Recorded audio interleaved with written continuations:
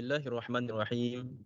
Alhamdulillahilladzi arsala rasulahu bil huda wa dinil haqq liyudhhirahu 'alad dini kullih.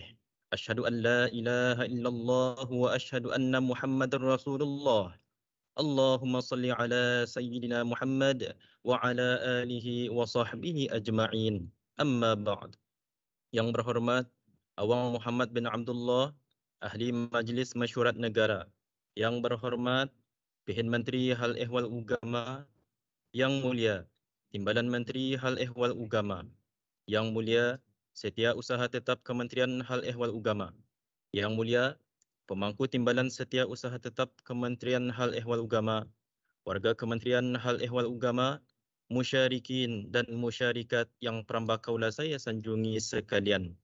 Sebelum memulakan tazkirah, perambakaula saya memohon izin untuk menyampaikan tazkirah pada malam ini dengan menggunakan bahasa biasa. Alhamdulillah, malam munajat Kementerian Hal Ehwal Ugama pada malam ini sudah mencecah kali ke-100. Dan tajuk tazkirah yang saya kira penting untuk disampaikan adalah segera lunas hutang. Apabila menyebut hutang atau dalam bahasa Arabnya dain, selalunya terus timbul di benak fikiran tentang hutang wang ataupun harta.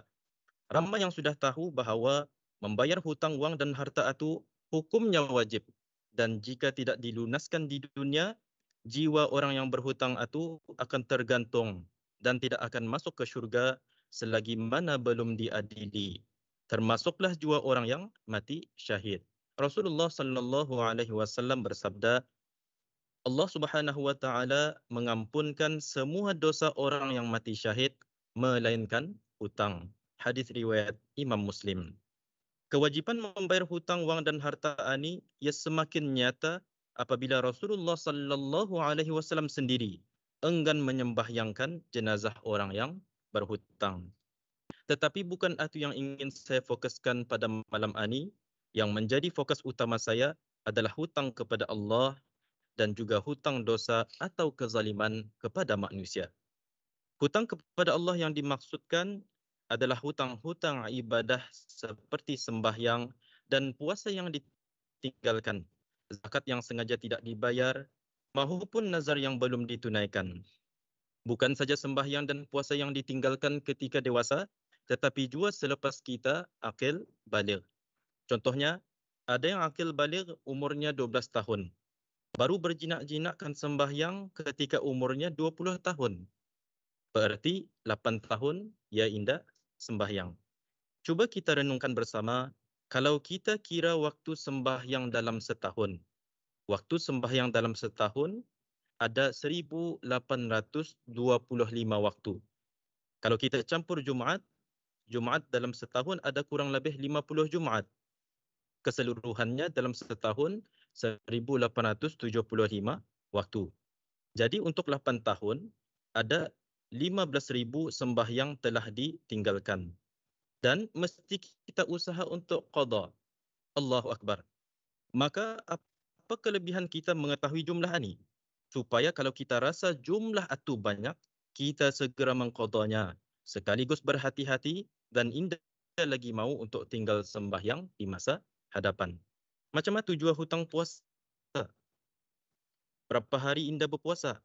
Mesti diqada sebelum masuk Ramadan tahun depannya. Kalau masuk bulan Ramadan tahun depannya, maka ia akan dikenakan denda, iaitu fidyah. Dan fidyah itu pun mesti dibayar sebelum masuk Ramadan tahun depannya, supaya fidyah itu indah semakin berganda. Bukankah kalau kita indah menyegerakan mengqada puasa dan membayar zakat, lama-kelamaan semakin berat untuk kita bayar? Oleh sebab itu, kita berazamlah bersungguh-sungguh untuk membayar segala hutang kepada Allah dan berusaha melunaskannya dengan segera mengikut kemampuan kita. Seperkara yang penting lagi adalah untuk kita segera melunaskan hutang dosa atau kezaliman kepada manusia di dunia. Kerana apa? Kerana jika hutang dosa sesama manusia tidak dilunaskan di dunia, maka hutang itu mesti dibayar di akhirat sana dengan pahala ataupun dosa. Dan ini boleh menatijahkan seseorang itu jatuh muflis di akhirat. Muflis di dunia berjuang boleh bangkit semula, muflis di akhirat, menyesal tiada berguna. Daripada Abu Hurairah radhiyallahu anhu, dari Nabi sallallahu alaihi wasallam baginda bersabda, "Tahukah kamu siapakah yang disebut dengan orang yang muflis?" Para sahabat menjawab, "Orang yang muflis bagi kami wahai Rasulullah adalah orang yang indah mempunyai duit dirham dan dinar serta harta benda." Baginda membalas, "Seorang muflis daripada kalangan umatku ialah seorang yang datang pada hari kiamat dengan membawa pahala sembahyang, pahala puasa dan pahala zakat. Tetapi pada masa yang sama, dia juga membawa dosa mencela orang, menuduh orang, memakan harta orang, menumpahkan darah orang, memukul orang. Lalu sebahagian pahala kebaikan orang yang zalim itu diberikan kepada orang yang dizalimi. Hingga akhirnya habis pahalanya. Namun kalau belum jua terbayar hutang dosa-dosa itu, maka akan diambil dosa-dosa orang yang dizalimi tadi dan ditompokkan arah orang yang zalim tadi hingga akhirnya dia pun dihumban ke dalam neraka. Wal'iyadu billah. Betapa Allah itu maha adil. Tuan-tuan dan puan-puan yang dirahmati Allah sekalian, apa yang digambarkan dalam hadis ini sungguh menyentakkan hati. Bagaimana indah rupa-rupanya menjaga hubungan dengan Allah, yaitu hablum minallah, melalui ibadah semata-mata indah cukup. Seseorang yang sentiasa melakukan berbagai macam ibadah termasuk sembahyang, puasa dan zakat, tetapi indah menjaga hubungan sesama manusia, yaitu hablum minan nas, pahala ibadahnya tadi atau akhirnya indah bermanfaat secara langsung untuk diri sendiri. Kenapa? Kerana ia banyak berbuat dosa kepada orang lain, sehingga pahala ibadahnya terpaksa diberi kepada orang yang dizalimi. Oleh sebab itu, dosa dan kezaliman yang telah dilakukan hendaklah dilunaskan segera, iaitu dengan cara mengembalikan hak orang lain, meminta maaf atas kesalahan, dan dalam masa yang sama bertaubat dan berazam untuk tidak lagi melakukan dosa atau jahat kepada orang lain. Maka pada malam ini, saya mengajak diri saya dan juga tuan-tuan untuk muhasabah diri, menghitung semula hutang-hutang kita sama ada kepada Allah maupun manusia. Seterusnya, mengatur langkah bagaimana melunaskannya dengan segera. Kita juga perlu meningkatkan kesedaran bahawa menjaga hubungan dengan Allah melalui ibadah sahaja belumlah memberikan jaminan kebahagiaan di akhirat. Tetapi ia haruslah juga diimbangi dengan hubungan baik sesama manusia. Semoga dengan menjaga hubungan dengan Allah dan hubungan sesama manusia, kita mendapat tempat di sisi Allah dan tidak menjadi terhina sama ada di dunia maupun di akhirat. Allah Subhanahu wa taala berfirman di dalam surah Ali Imran ayat 112, A'udzu billahi minasyaitonir rajim. ضربت عليهم الذلة أينما ثقفوا إلا بحبل من الله وحبل من الناس.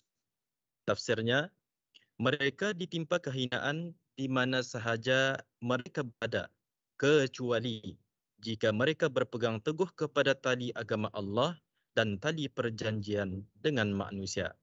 Maha benar, kata Allah.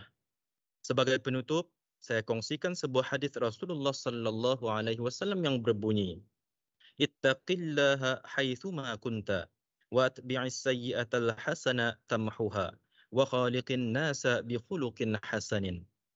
Mafhumnya, bertakwalah kita kepada Allah di mana saja kamu berada. Iringilah keburukan dengan kebaikan, nescaya ia akan menghapusnya. Dan pergaulilah manusia dengan akhlak yang baik. Sekian yang dapat saya sampaikan pada malam munajat kali ini. Semoga bermanfaat. Mohon maaf jika terdapat kesalahan pada bahasa, tersilap kata dan tersorok langkah. Khitamatul hadis, saya akhiri dengan wabillahi taufiq wal hidayah. Wassalamualaikum warahmatullahi wabarakatuh.